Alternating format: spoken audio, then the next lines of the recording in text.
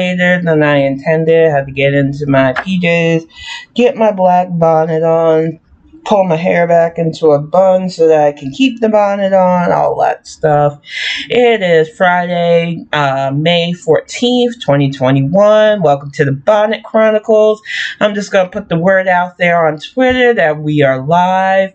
I'm a few minutes late, but I'm going to run a little bit over, I think, tonight. And I did want to get into my PJs because soon after, even though I had planned to watch a French stream, I'm just going to chillax with Axiom after all is said and done. And happy birthday to Chad, right? It's Chad's birthday tonight? I want to make sure I got the right one. I don't really like the other two. I'm not going to hide that. So I think it is. And if it is, happy birthday, Chad. I hope your doggy feels better soon.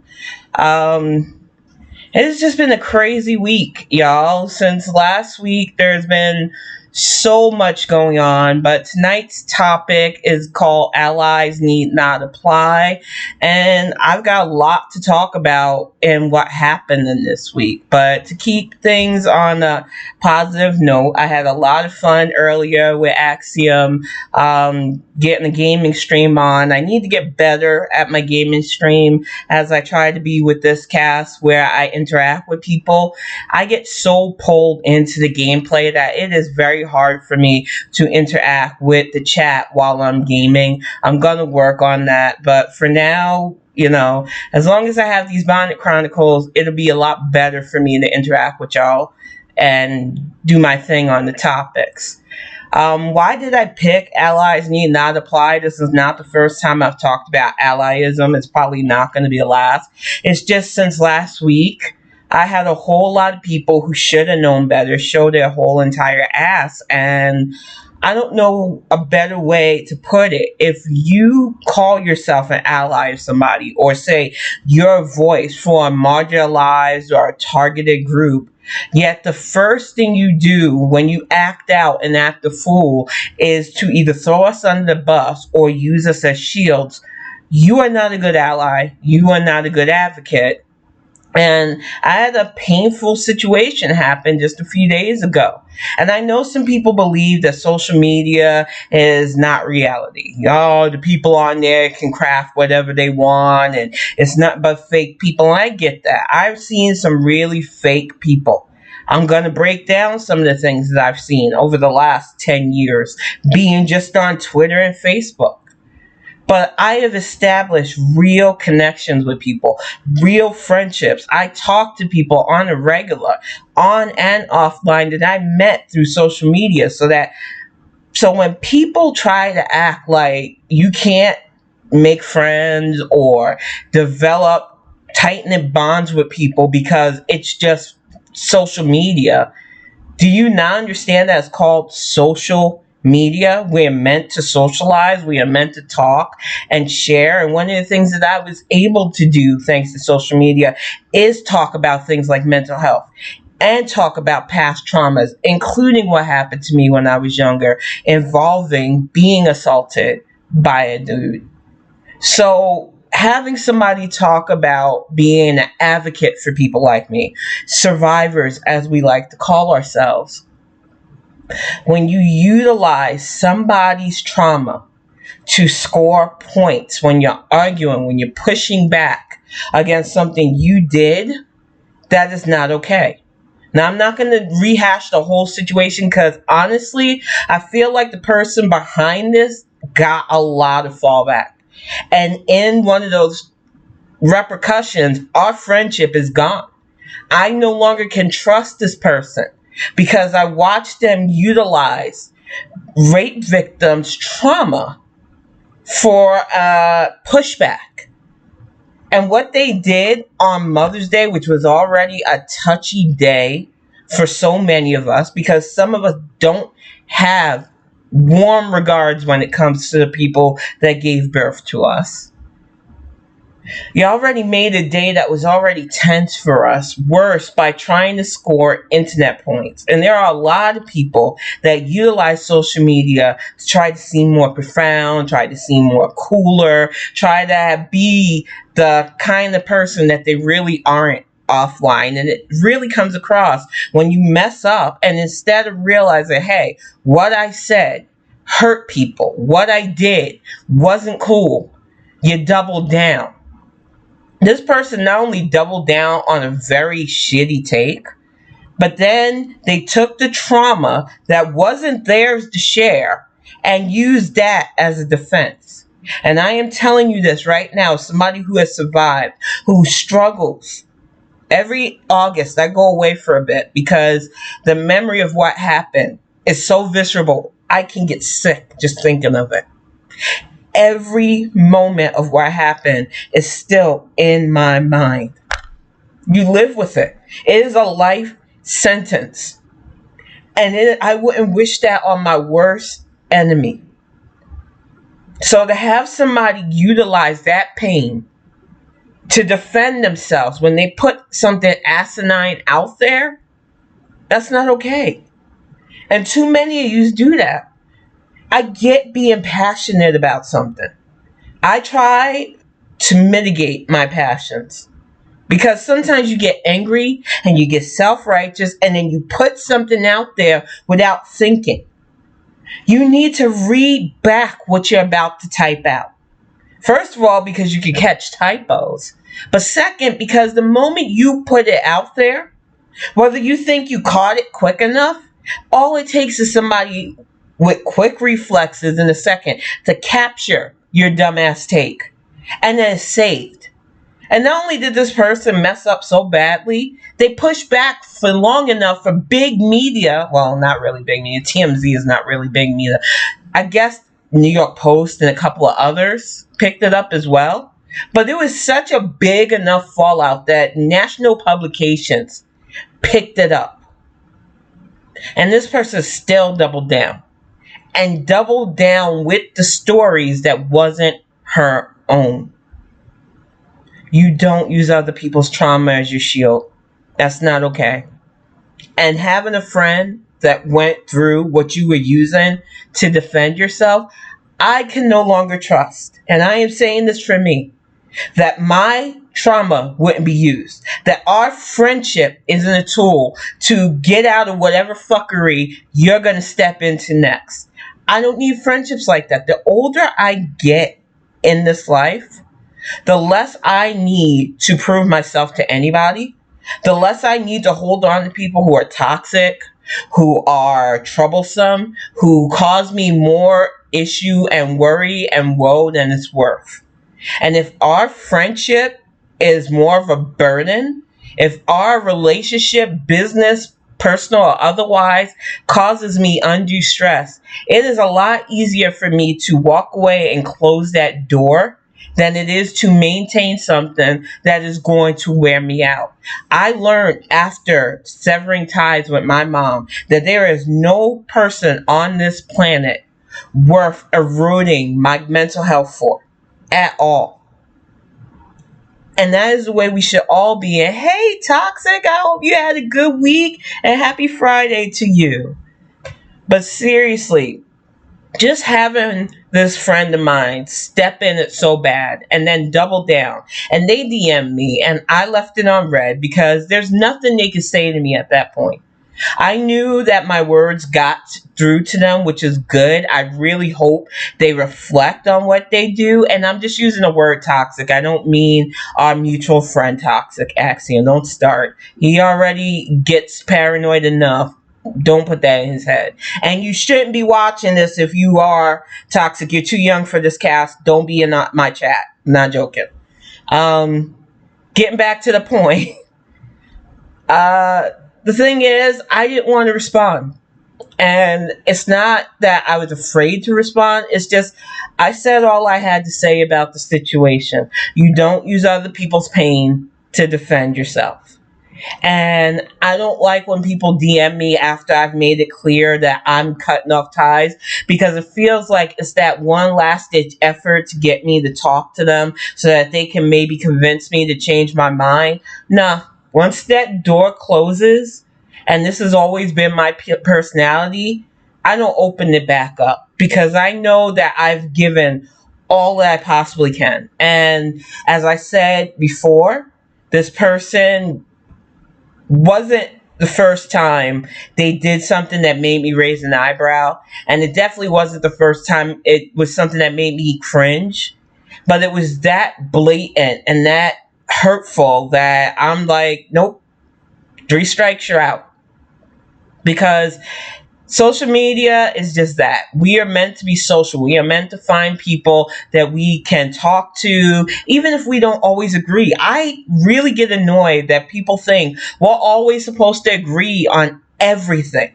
We're all supposed to just be this complete set of Borg. And that's not how it works.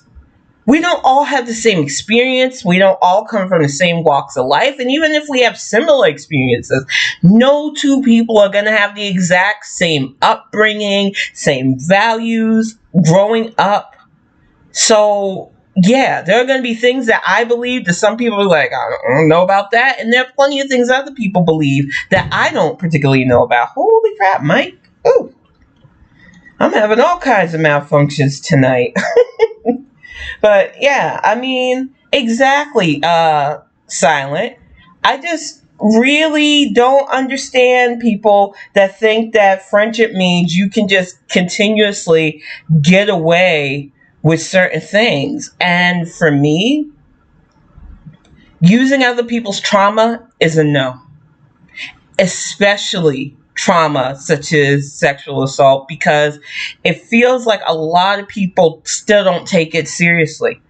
The amount of struggle that I go through life just in personal interactions, the lack of trust that you have dealing with certain people, the way I even interact with people online due to the fear that I might be letting somebody close to me of mine that could harm me.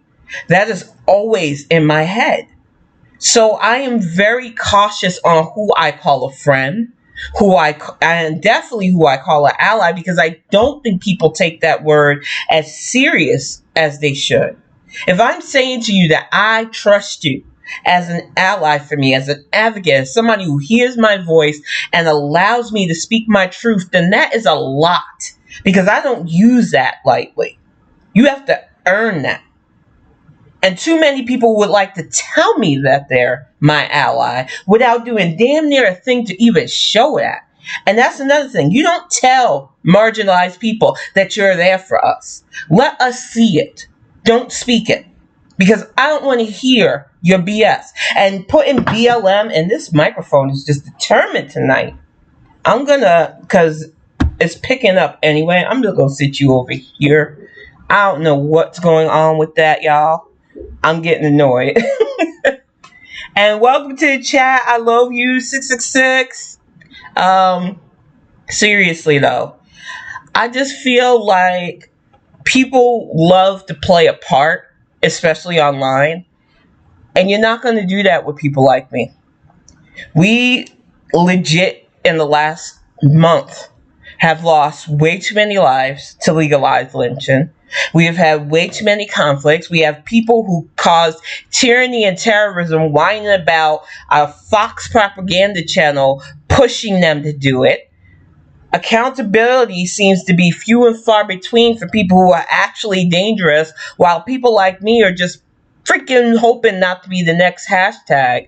The last thing I want is somebody who puts, oh, I'm for BLM in my Twitter profile, but I don't want critical race theory taught to my grandchildren or my children, which, unless your children are going to specific law schools, they're not going to learn critical race theory. So let's unpack that, because that was another person who were part of that follow back resistance nonsense on Twitter, that whole hashtag resistance, where I went off 2 weeks ago about some lady who was like, I put resist in my bio and I do this and this and that. And I was like, I ain't asked for your resume. If I didn't call you out personally, lady, why are you in my mentions telling me your laundry list of things you did? I'm telling you, the Miss Millie attitude, don't bring that to my timeline. I don't care how long you've been following me. I don't care if you're a friend. The moment you feel you have to be defensive when I did not call you out directly, that's your burden. Don't bring it to me. And my issue with the whole FBR and blue wave emoji type nonsense on social media is it's full of fake ass people. They talk a good game. They retweet a person or two. But when it comes to actually doing the right things and bettering themselves, it's crickets. And the thing that pisses me off the most about it is they have so much energy to defend feeling targeted by something I said when I wasn't even thinking about them, but no energy for actually coming after people who are openly, hatefully causing us to fear living in this world. And you swear your allies. This lady went on and on about how she's resistance and how she just doesn't want her kids to hate themselves. And I need to wrap my mind around this because I seen this even 4 years ago when I started to stop talking about gaming only and started venturing more into social aware issues and politics. A lot of white people would get into something I was talking about when in regards to bigotry and racism and say they hate themselves. Don't do that. I'm putting it out there right now. My goal is to get you to realize that there's a problem and work on it. My goal is not to make you hate yourself for your lack of melanin or your melanin profile, as I like to call it. It's not my want to see people hate themselves for who they are. And if that's your go-to, you need help. It is my goal to make sure that you understand that prejudice comes in so many shapes and forms. And sometimes you're doing stuff that's harmful that you might not even think is harmful because you're so used to doing it. Like when you hear a news story about a young child who got into trouble, who just happens to be black or brown skinned. What is your first thought? Is it, oh my gosh, this is a child. What can we do to help them and make their situation better? Or is it, that's just a thug? They're always like that. These are things that even in my community go on. So if you are doing that, I want you to work on correcting that. I want you to work on seeing black and brown kids as that. That is a start that we should all be on. What I don't want you to do is to drift off to the negative. And saying that you hate yourself is one of those things. And I'm telling you right now, sometimes people respond to me, and y'all are really lucky that you catch me on a day where I'm not feeling froggy. Because when I put out there that I don't want people hating themselves, you put out what you reflect inward. Once again, and yeah, I'm calling you out. You'll know who I am when I say what I say next. You decided to jump into my mentions talking about, well, we just don't want people to feel the way we feel. You're not getting it. If you are that full of self-loathing, you're putting that out there whether you realize that or not. I know. I've walked this walk. At my worst period in life where I really did not want to wake up the next morning. Because that's how bad the abyss of depression was for me. I realized I didn't like myself. I really, really did not. And it wasn't until I got over it and I realized it's not me that I hate. It was the me that I thought I had to be for my mom, for people that didn't matter. I like the 10 that I am. Flawed as all get out, but funny. I try my best. I love as best as I can. And I love me. And once I realized that, I started putting out there what I feel. And people are attracted to that. And I don't think a lot of people understand that. I'm not trying to say that you are automatically going to feel this way, but if you don't work on it, of course you're not going to get to this point. And it's always a white woman that does this to me. Y'all got to work on that. Nobody asked you to jump into my mentions defending your self-hate. I'm asking you to think on it. Because what you feel inside, you are putting out there. It seeps from your pores, whether you want it to or not. And if you cannot stand yourself, how are you liking other people?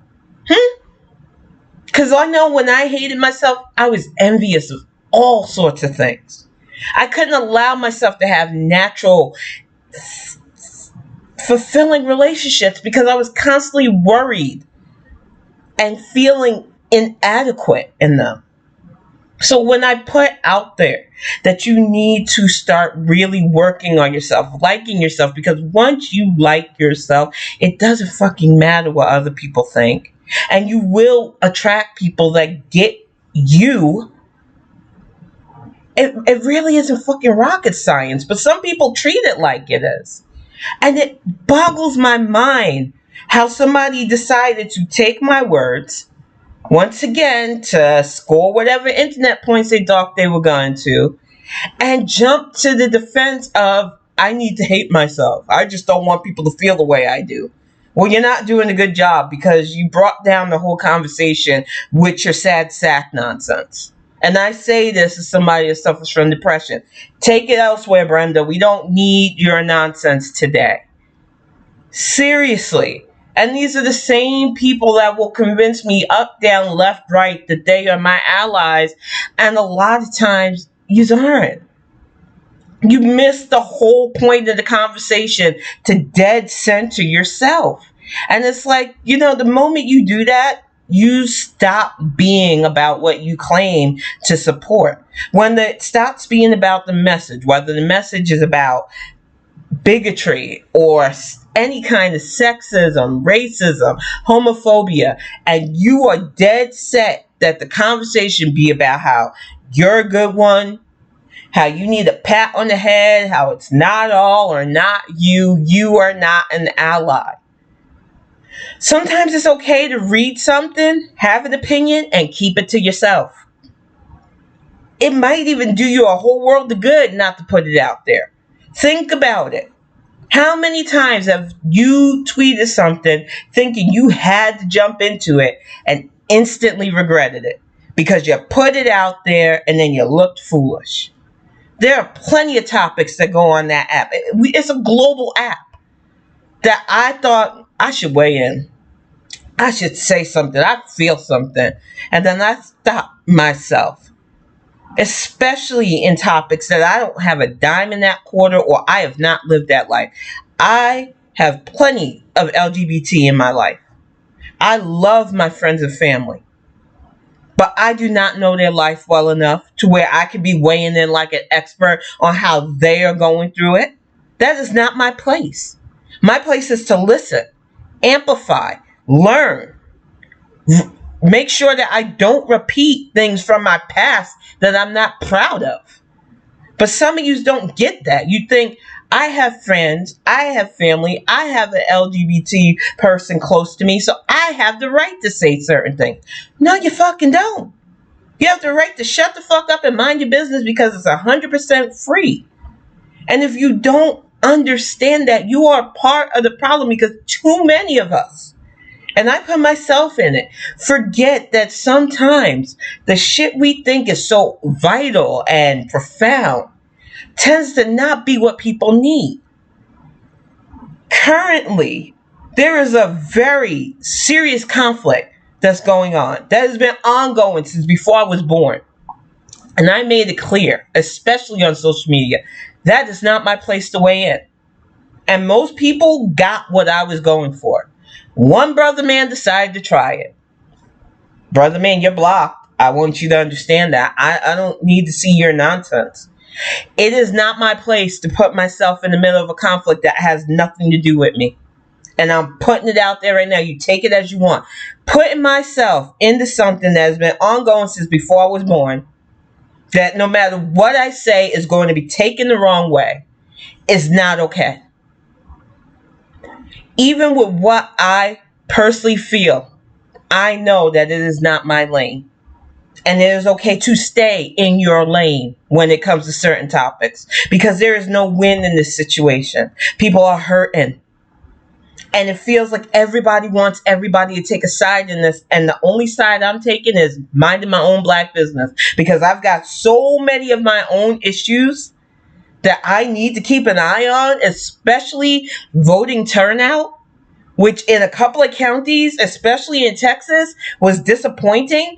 Look, y'all, we cannot take our eye off the prize for anything. I know we're getting content. I know our news media is scrambling to figure out what they're going to do now that the psycho circus that was the Trump administration is gone. News outlets are so bored that they're literally reporting on global stuff. So we get complacent. We forget that we were just a hair away from full-on fascism. And we don't go to our local elections. We don't figure out our ballot strategy for local races. And then we allow the power to seep back into the grimy hands of men like Mitch McConnell. We cannot lose our eye on the prize. And if you call yourself an ally, you need to be focused on that. All that energy you have, the not all, you need to be figuring out your ballot initiatives. You need to make sure that if you're not in the state that has ease of access voting, which is absentee or early voting initiatives, that you push to make sure that this becomes a thing.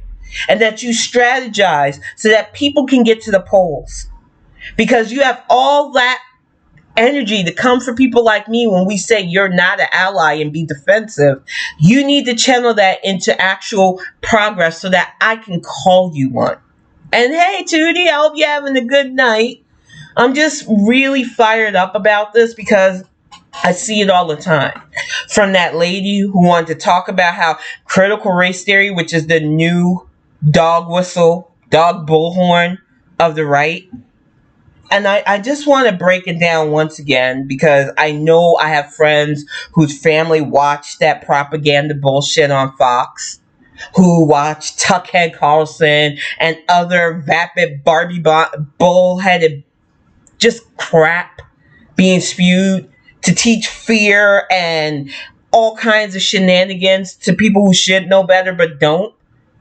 Critical race theory is an elective in law school, for very few schools at that, that teach lawyers the past racial, I don't even know if it's a whole history of racism. It's racism within the context of things like the segregation for Brown versus the Board of Education, things that are on the books, the Loving versus the state of Georgia.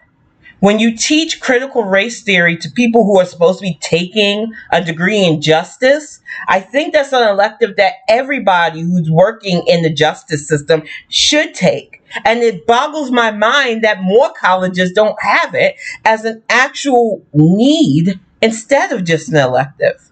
But for some reason, the lie has been pushed that we are now going to teach critical race theory in elementary, junior, and high school, which I wish we would just teach regular history, the non-whitewashed bullcrap that they normally teach our kids in school. But we're not even, they're still fighting for the 1619 project to be integrated in the schools, because we refuse to let go of this martyrism that we have in our country with history. We refuse to let go of the fact that instead of treating people who went to war to own my ancestors as the treasonous fucks they should have been, we gave them statues. We allowed their treasonous flag to be put on bumper stickers, cars, flown in capitals in the South. We did everything wrong with war criminals. And yet now we want to try to fix it, and then we're getting pushback from the ancestors who think, oh no, my ancestors couldn't have been bad. I was taught for years that they loved their slaves and they treated them good. We have freaking porch coons talking about how, oh, back in the day, slaves had stable 2-family homes. And it's like, if we taught real history, Takes like that, while I can't say it would stop because anybody can say stupid shit on social media, it would get shot down immediately.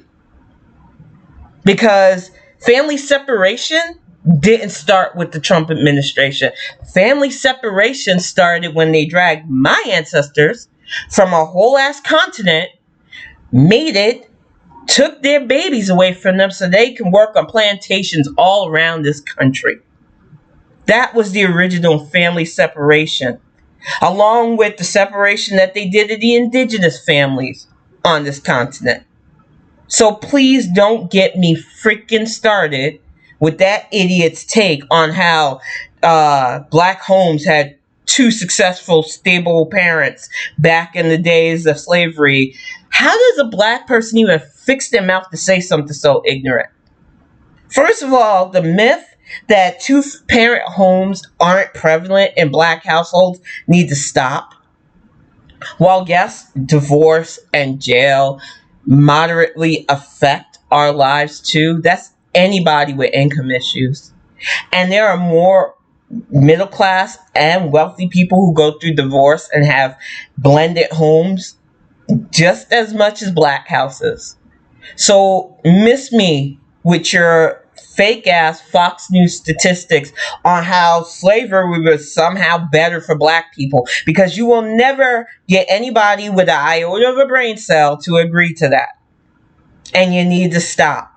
I don't care what kind of brownie points you think you're gonna get. If push came to shove, they'd lynch you too, brother man. Just stop it. I mean, oh my goodness. Hey, Philippi. Welcome to the channel. I just don't understand exactly, Silent. That's what bothers me. And yet, I feel like people act like middle class black people, two parent black people just don't exist, like we're unicorns or something. Until I was like in junior high school, my parents were together. It wasn't a stable environment, but what is when two people don't like each other and still try to make it work? I also had my grandparents who stuck it together until my biological grandfather passed, and then my step grandfather stepped in for him. So it's like, what are you talking about? And this is in no way to diminish the families that don't have that fortune. But I am sick and tired of acting like black families don't exist, despite the societal aspects against us. I have several examples of black men being proud fathers, strong uncles, good grandfathers. So you can miss me with that bullshit that, black families don't have two parent households. I'm gonna freaking open your eyes to more. Some black families have two moms. Some black families have two dads. Those exist. I know our community still struggles with how you're going to deal with the LGBT. They're here, they're queer, get used to it. And they have been parents and role models for years, taking in kids that you've probably tossed out because you somehow thought it was more morally right for you to deny your child for being who they are than raising them with love and security so that they can grow and love. So, no. I'm not okay with all the bullshit some people put on social media, but I also know that it is so much better to stay in my lane, especially when people say, 10, I view you as an ally, because I refuse. I stopped calling myself people's ally. Because first of all, it sounds really egotistical from my point of view to tell people that I am their ally, that I hear them and I see them. I'd rather them see me doing stuff that will further things for them, whether it's to make sure that I vote against a bill that harms them, whether it's to organize and to make sure that we can get them critical care, housing, things that are tangible to people's right to life. Some of you just want to play around and say stupid, profound things online, or things that you think sound profound but are really idiotic, and leave it there. And that's not getting anything done. We are literally living next to a state that has on the bill not only things that harm women's reproductive choice, but anti-LGBT legislation, from adoption to wanting to check on trans kids if they want to participate in sports or just use a bathroom. I came from a state that lost hundreds of thousands, if not millions of dollars of revenue because they passed a House bill that restricted who could use certain bathrooms. We are not out of the woods for these bigots looking for a scapegoat to target. So instead of trying to get accolades on social media for bare minimum humanity, you need to be on the ball figuring out how to make sure your state aren't targeting vulnerable people. Because if you're not doing that, you're not an ally. I'm sorry, your pet peeves about needing free college and free healthcare, where I would love to just be in a healthcare system where I wouldn't feel like I'm being neglected to the point of death, where I could say I'm really having a pain right now and them not think I'm trying to get drugs. But that is not a reality. When we are celebrating the ninth black female surgeon in our entire country, let that sink in. Not the ninth doctor of that year or that week or that month. 9 black female surgeons of all time in the history of modern and pre-modern medicine, and a country that's over 400 years old. Do you know how hard it was just to find a set of female doctors? And out of all my doctors, not one of them are black. And I know it shouldn't matter, but it's hard enough to get a doctor to listen to you as it is as a black woman. And then to have a doctor act like your pain is just something, you're strong, you can burn in it. I had to deal with that so much for male doctors that I refuse. I refuse to go to a male doctor now. And if they refer me to one, I won't go because I'm tired of it. From my mental health to my physical health, if it's not a female doctor, and even then, I try to go to female doctors who are women of color now because they are more apt to listen. And it's sad. But I get that there is a lot of internal bias that goes on in that field. That's why so many of them look at you. I mean, I literally had a doctor look at me once because she went over my charts and said, "Oh, you don't drink, you don't smoke, you don't do this, you don't do that. What do you do for fun?" And I looked at her and I was like, okay, I get that for some people, especially some of my friends, drinking for leisure is a fun thing. And if you're doing it in a way where you're not putting your safety at risk, more power to you. But the fact that a doctor told me that my life is boring when I literally have several medications that I have to take just to keep my ass from bouncing off the walls with the voices and everything that I hear.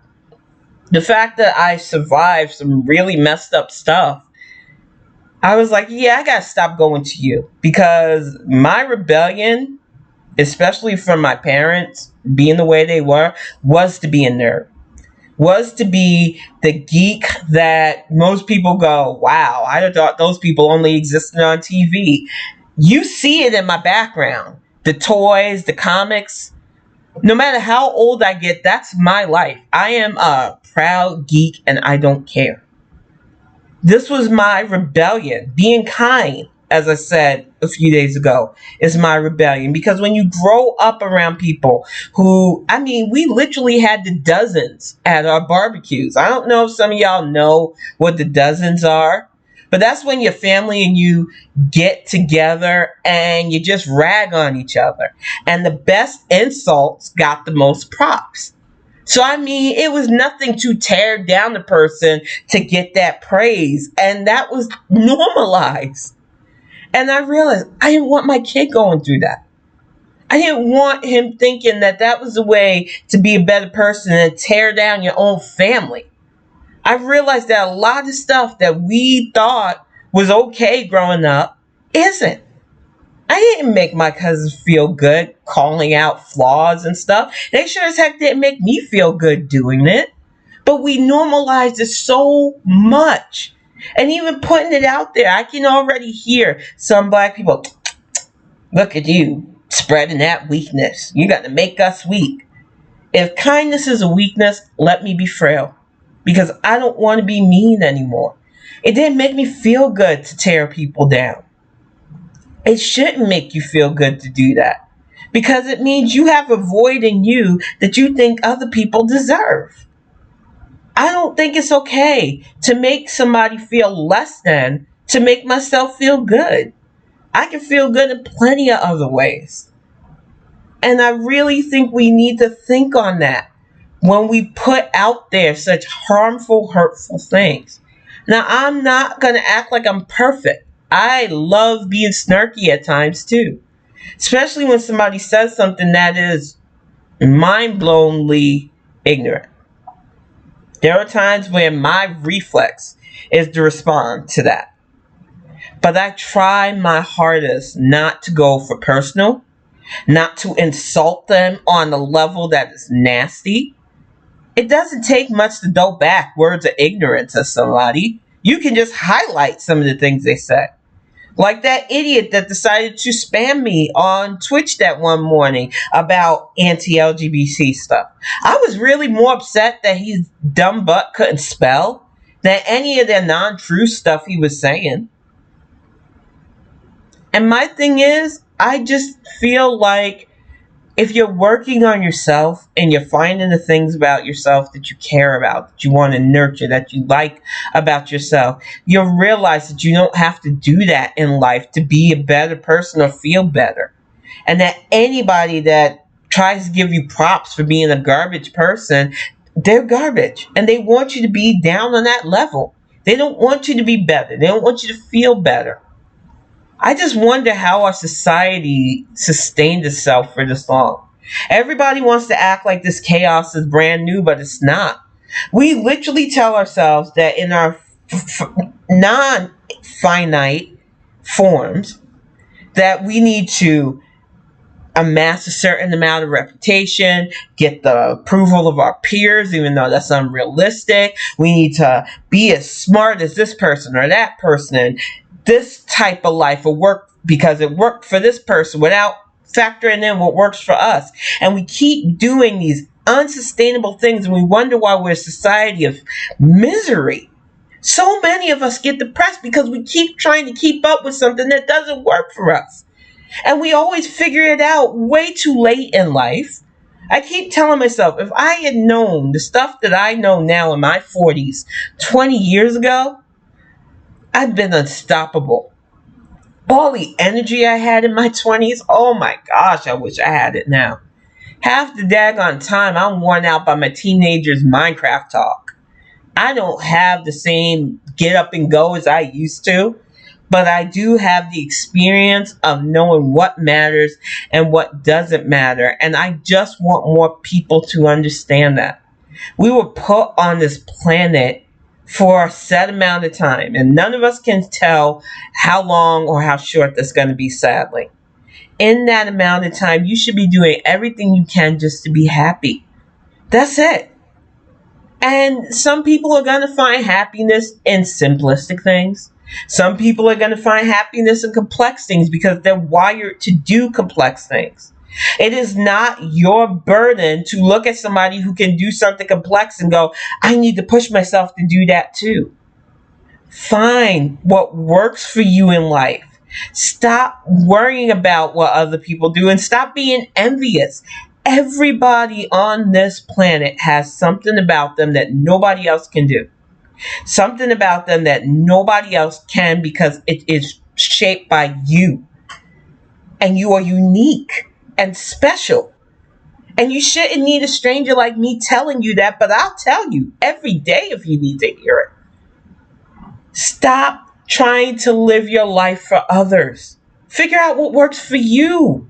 Because once you really start doing that, no matter what troubles you have, and I say this as a schizophrenic, y'all, I'm not acting like all my troubles are gone. I'm saying I can battle and take care of my troubles in a constructive way because I acknowledge them and because I don't let them erode what I like about me. I don't let those troubles and those issues that I cannot get away from destroy all the work I've done to build this platform and to get to a point where I realize my life is too short. I want to be happy. I want to wake up smiling most mornings. And if I'm grumpy, I want it to only be for a little bit. I want to spread positive when I can. Make people think when I have to. And if I feel a little petty or snarky, get it out of my system without being so out of line about it. I don't think there's anything wrong with a little bit of snark. I think we can balance all of that.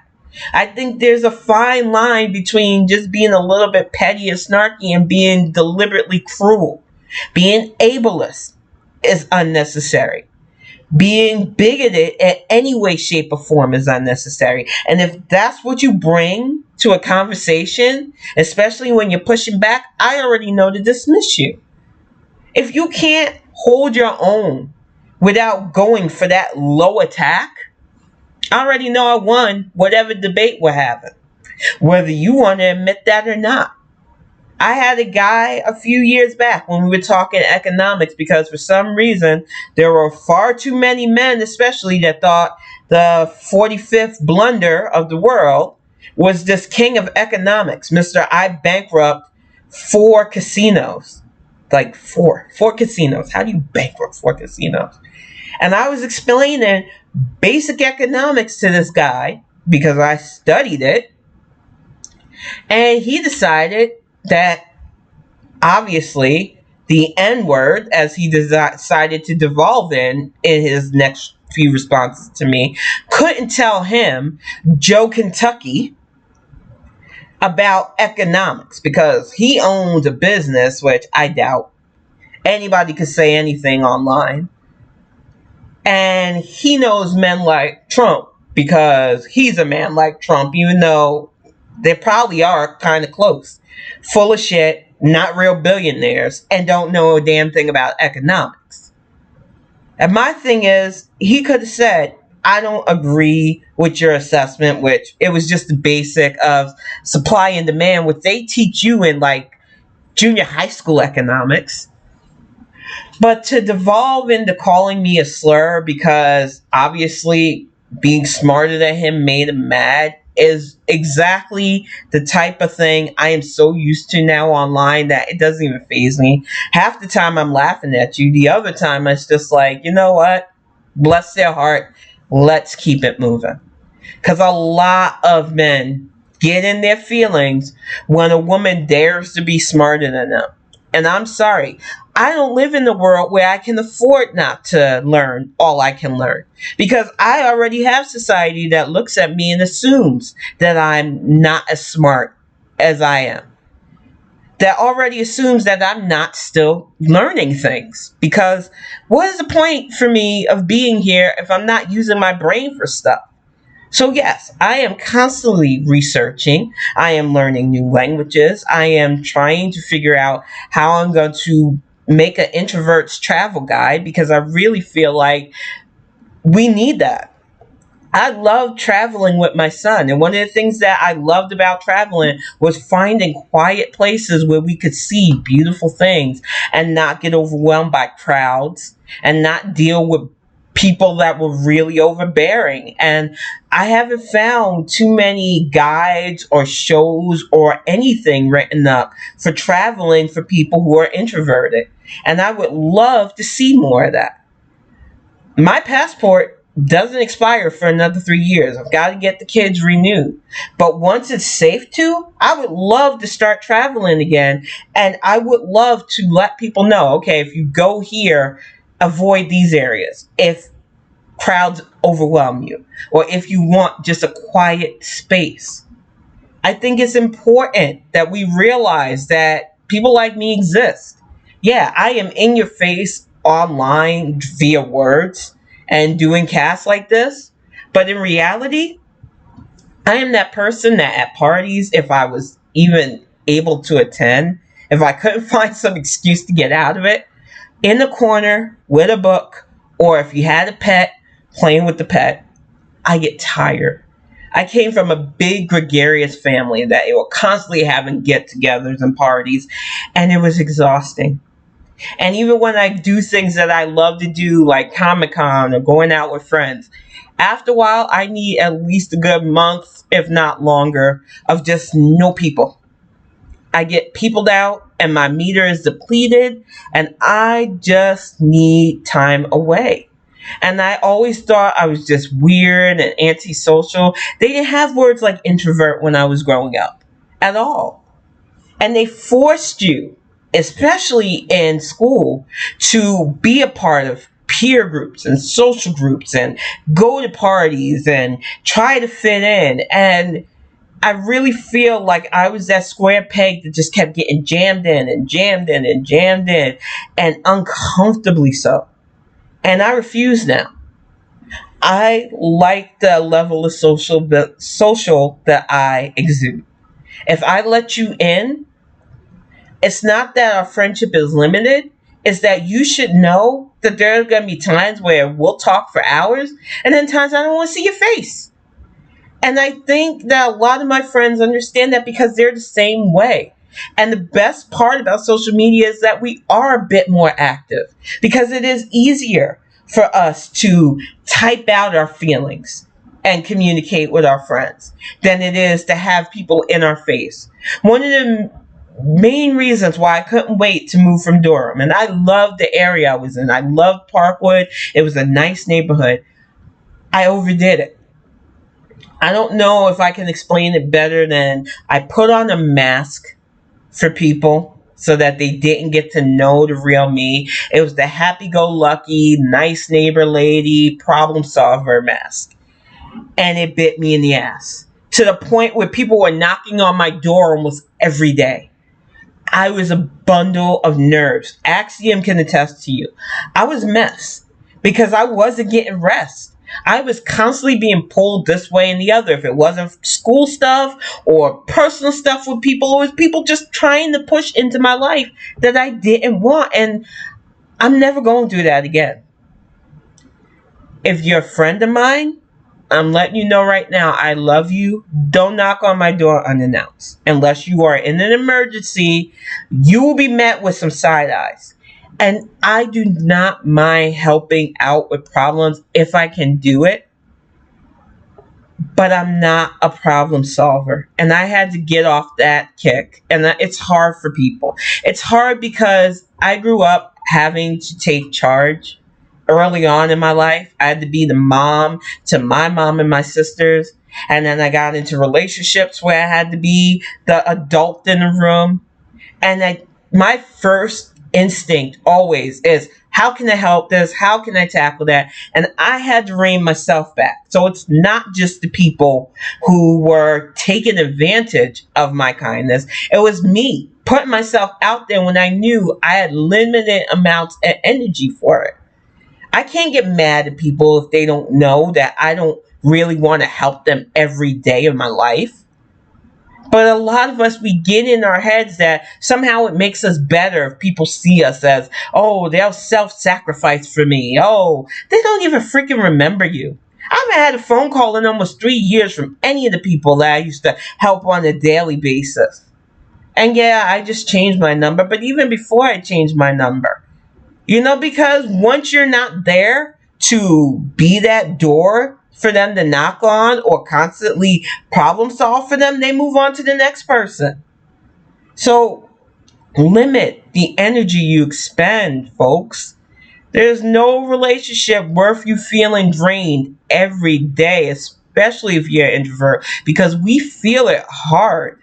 There are days after dealing with a really stressful situation that I can barely move. My body feels like a stone. I just have to lay and regenerate.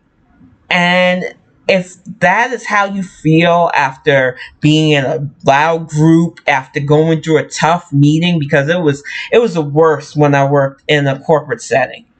Like, I would go home Some nights just shaken from dealing with all the BS. And weekends, I completely cut myself off from people because I was exhausted. Constantly having to smile and thank you, sir, as people insulted my intellect and intelligence. And then dealing with other people's money is not fun. If it's fun for you, more power to you. It was a very stressful situation that I don't intend on ever going back to. And I feel like a lot of us put ourselves in these situations because we allow people to tell us this is the way. You get that kind of job and you get that kind of praise and people will like you. And I'm of the school, who cares who likes you? If you don't like you, who cares who says they like you? Anybody can say anything. You know how I know people like me? I can go away for weeks, months on end, do it in game all the time. I come back and it's like I never left. And it's not, oh, let's praise Tin for returning, because I don't like that kind of unnecessary attention. It's that we missed you. Let's hang out, do our thing. That's how you know people get what you're putting down and they want to be around you. No matter how long you're gone, when you come back, it is like you never left. Things keep flowing. That's how you know your people, because they're going to be with you no matter what. And you shouldn't want a whole legion of people that just agree with everything you say, or minions. And I noticed that about a lot of big accounts on social media. You treat people like they're just numbers to you, and that you can sick them on anybody that disagrees with you. And if you're doing that, it's going to bite you in the ass, because people are going to get sick of being your attack dogs. These are human beings, people you should be interacting with. They took the time to hit that follow button behind your name. They take the time to respond to the things you have. And I know it can be hard. It is really hard for me to respond to everybody on social media now. But it doesn't stop me from trying. It doesn't stop me from seeking out, talking to people when they put out their stuff, especially if I catch it. Because it's supposed to be social. But so many people use people as minions, and you think we don't see it. And you are always the ones to step in at the worst, and you have the biggest fallout. Because the moment you stop seeing people, whether your number is 2 or 200,000 or 2 million, as viable human beings who just happen to like the stuff you put out there, you're garbage. I can't put it nice about that, because I've seen too many people do that. And I've seen too many people use people who supposedly have big following too. Oh, you'll put this out there for me without verifying it because people trust you. Don't do that. I am more than a number by my name. And every person that follows me, if I follow you back, that means I want to interact with you. And if I haven't followed you back, and you're a real person, I apologize. I am very slow with this now because I've been burnt.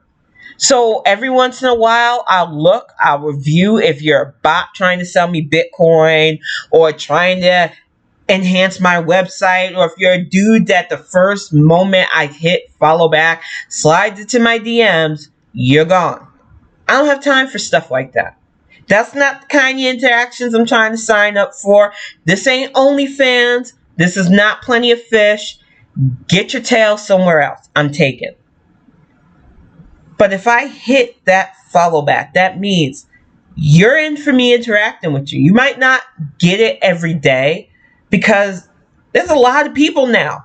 I see my timeline is constantly shifting too, because Twitter, in their own asinine way of doing things, has this weird blip feature where even if I see something that I like and want to respond to, it disappears. So that's another thing in my old age that I get cranky about. I'm not chasing anybody's tweets now. So even if I have a response ready, sometimes I don't even get to do it anymore because Twitter's a mess. It is just so frustrating. And yes, my DMs are so messy now. I normally, because I said it after a lot of hate DMs to only followers. I check it to talk to friends that like to send me garden pictures and pictures of their grandbabies. But it has been a full mess, and I have not responded to a lot of people. And some of my friends know now that if they didn't get a response from me, it's nothing personal. It's just that the DMs are heavy, messy, and I wish Twitter had a declutter way of just clearing them out. I just want to flush the entire system because it really is just garbage, some of the stuff people send to you the moment you hit that follow back. And I'm telling you right now, if you're not a real human being or you're working for this company where you're just trying to pump your numbers, keep it moving.